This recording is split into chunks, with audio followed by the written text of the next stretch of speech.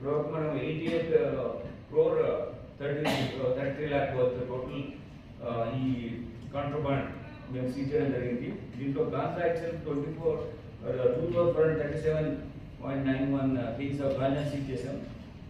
అలానే MDMA 277 grams of MDMA, heroin 523 grams of heroin, opium 4.3 kgs, bank of ganja 145 grams. ఇలా different గా మనం seize చేయడం జరిగింది. దీంట్లో TGA ల్యాబ్తో కూడా మనము రెగ్యులర్ ఇంటరాక్షన్ ఉన్నాం.